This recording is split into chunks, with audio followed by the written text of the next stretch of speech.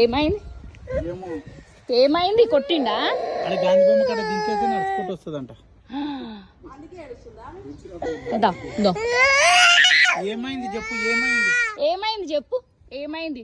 పప్పనే రావాలంటావు కదా స్కూల్ కి. రావాలంట, బైక్ మీద వద్దంట. ఇష్టం లేదంట. ఎవరిష్టం లేదు?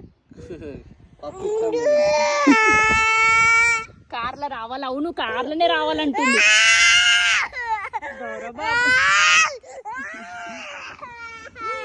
జాబిలమ్మ జాబిలమ్మ జాబిలమ్మ జాబిలమ్మ.